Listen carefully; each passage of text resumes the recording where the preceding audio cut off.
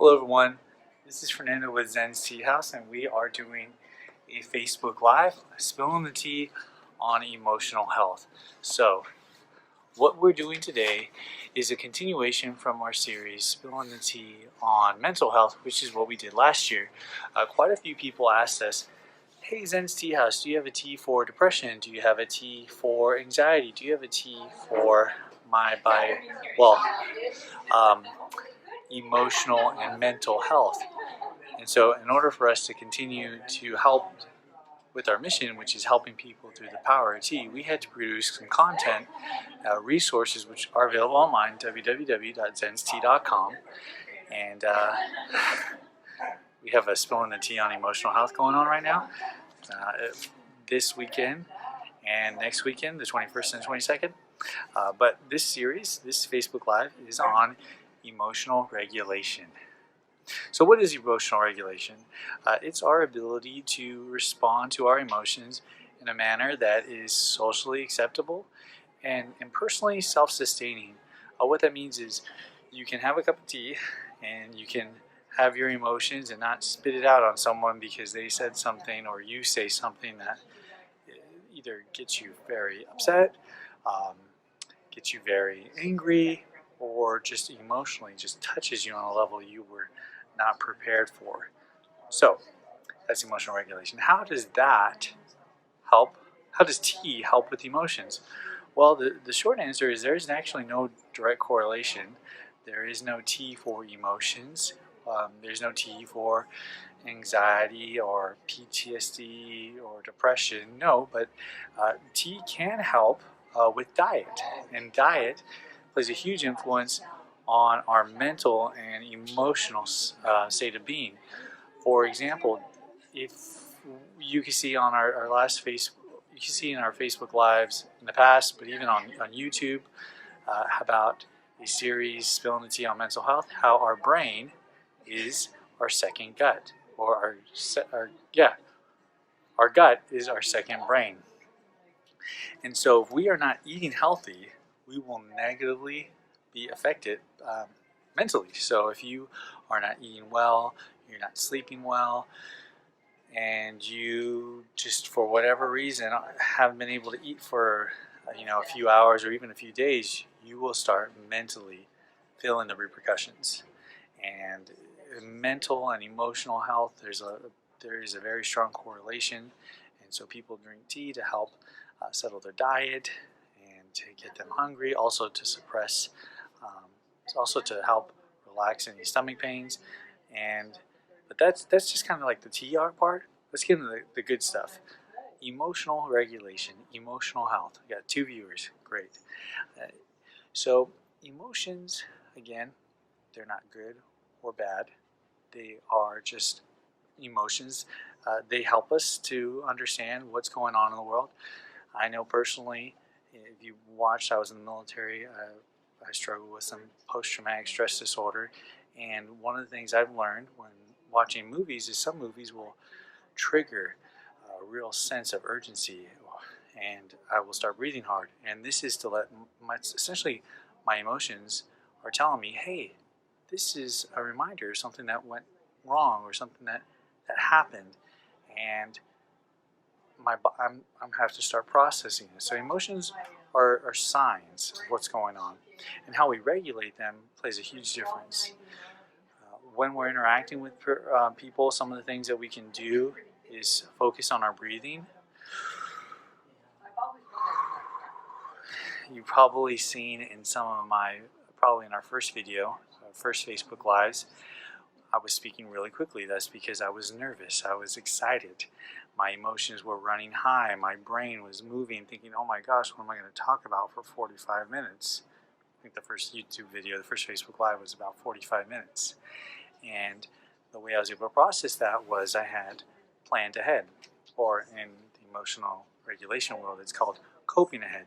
You set up a plan. Okay, if I feel anxious, I'm going to go into the restroom and take a break, or I'm going to sit down and drink a cup of tea. I'm going to eat a meal to kind of help deal with my emotions. Now, 2 weeks ago, I think we did a video on emotional eating. There is a negative side to eating when you're emotional, or when as looking to food as a way to help suppress your emotions. Again, balance, um, holistic health includes not only physical but mental, emotional, environmental, social, and spiritual. Those are the 6 aspects of emotional health. You see in some of our videos in the past about how to take a holistic approach to medicine and also a holistic approach to emotional health. And so when we are dealing with difficult emotions, it's the holiday season, it happens. When we're dealing with emotions, how we deal with them can play a huge influence on how we interact with other people. During Christmas or whatever holiday season you celebrate, we are constantly being surrounded by people who are going to try to put a hand out and say, "Hey, we come on over. I'll give you a hug. Happy holidays." Well, for some people, shaking hands and it may be okay, but giving hugs can be a huge trigger because some people have probably weren't given hugs, and so emotionally it takes a toll on them to be able to get a hug from someone. I know. Again, I'm going to mention the military. You go months without anyone giving you a hug. It takes a toll on you. It's sad, but it's just a true reality. And so when we're dealing with our emotions, one of the things we don't want to do is shut the door on relationships. Here's one piece of advice. When you're working on emotional regulations, you can cope ahead, you can make sure you're eating well, you can have a plan, focus on your breathing. One of the things you do not want to do, and I say this in the most general stance, is shut the door on relationships. I know several people who have, in the midst of their emotions getting too much, they will shut the door and say, "I'm done with this. I'm too heated. You don't understand what I'm going through. I'm talking about X, Y, and Z, and all you hear is me being angry." Well, that happens.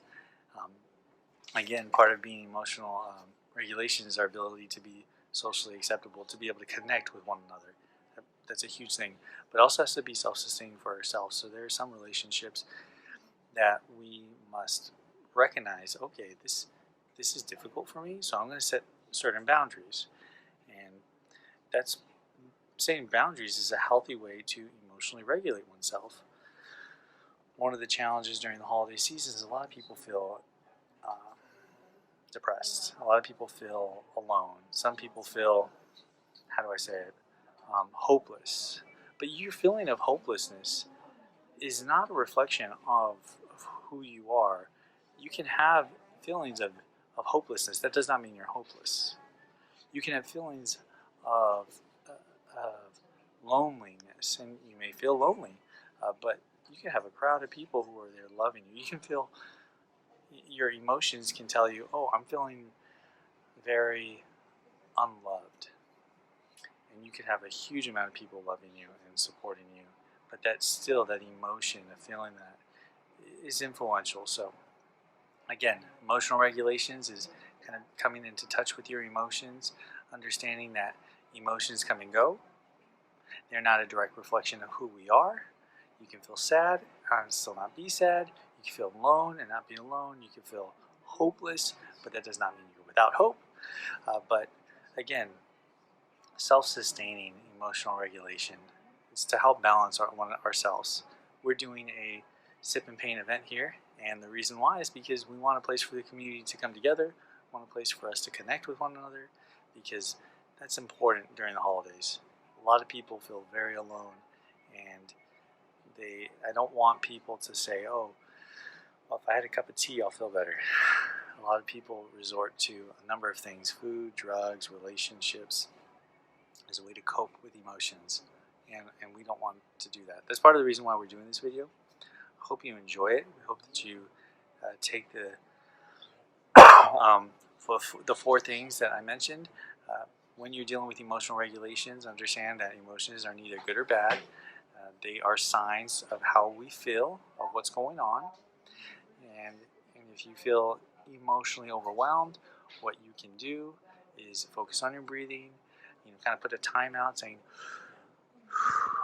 okay, I'm feeling a little overwhelmed, a little anxious. Emotional regulation improves when we're able to kind of name and claim our emotions. And so breathing, taking a break, that's step number one. Number two is our diet. Diet's a huge thing when it comes to emotions and mental health in general. You can be super angry. You see this in the Snickers commercials. Oh, I need a Snickers because I haven't had a meal in 2-3 hours or days, maybe whatever have you. I wouldn't advocate having the Snickers to help clear your emotions, but there's other good food you could have, organic preferably. That's number two, is eating. Number three is don't shut the door on relationships. Okay, we all get emotionally overwhelmed at times. And to be in a relationship is actually helps us because it gets us outside our circle.